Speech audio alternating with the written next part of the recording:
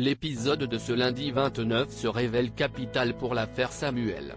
Mais il est aussi déterminant pour le couple Soraya-Gabriel et voit le retour de Gilles à 7.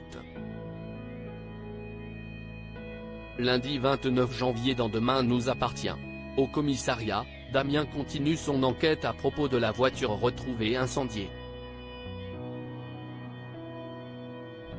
S'agit-il bien du véhicule recherché par Georges et son équipe?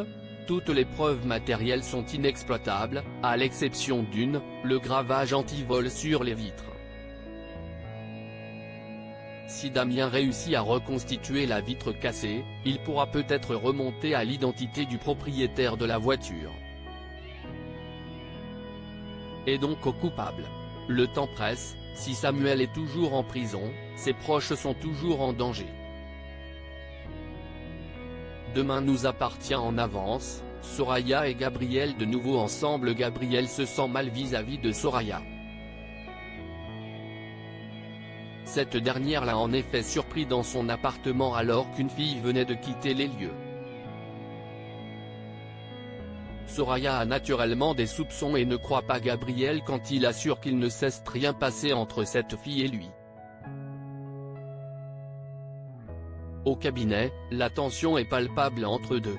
Une situation que goûte guère Raphaël qui leur demande de trouver une solution pour aplanir les différends et retrouver une ambiance plus saine au bureau.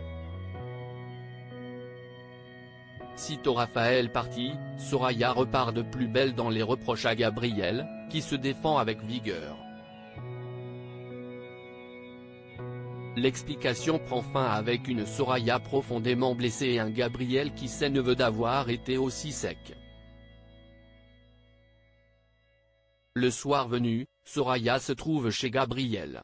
Elle hésite à lui rendre la clé de l'appartement. Puis, après avoir dit qu'elle choisissait d'être heureuse et de ne plus perdre de temps, elle embrasse Gabriel.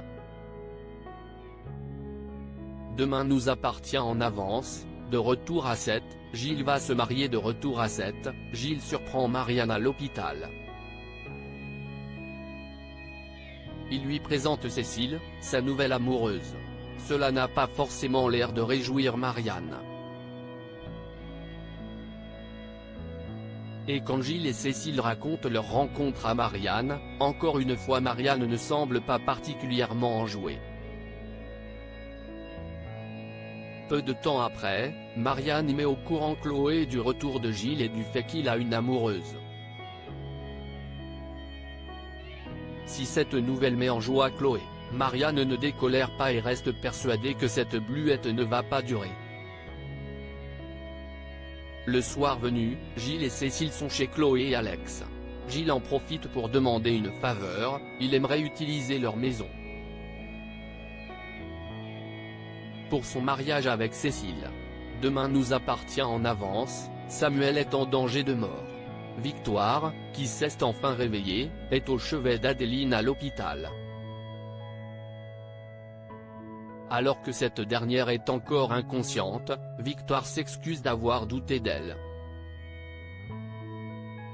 C'est à ce moment que Nord débarque dans la chambre. Elle ne sait pas encore si Adeline va avoir des séquelles. Les deux femmes discutent et Victoire tente de défendre Samuel, arguant que celui-ci n'était pas physiquement apte pour commettre un tel acte. Au commissariat, Damien a finalement réussi à identifier le véhicule incriminé. Il s'agit d'une voiture volée 2 fois, la première fois dans une concession automobile et, il y a quelques jours, dans la fourrière municipale de Montpellier.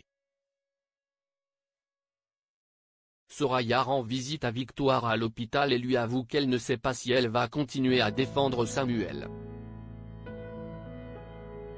Victoire, qui avoue être encore très amoureuse de Samuel, prend très mal les doutes de Soraya.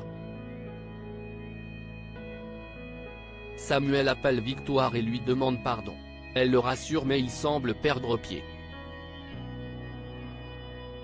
Il commence à avoir des doutes sur lui-même, il ne sait pas s'il va pouvoir sortir de son addiction, il est paumé, fatigué, a peur de ce qu'il peut faire, il se sent coupable.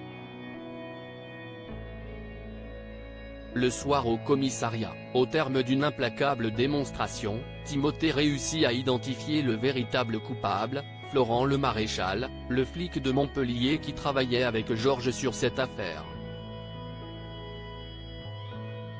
Peu de temps après, les flics découvrent le mobile de Le Maréchal. Il y a quelques années, sa femme était morte lors d'un accouchement supervisé par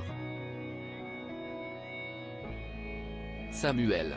Convoqué par le juge, Samuel sort provisoirement de prison.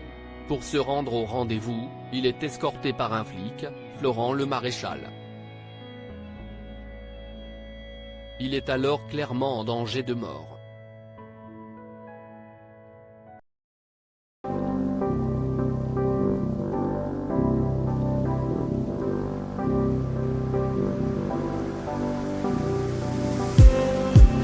Just need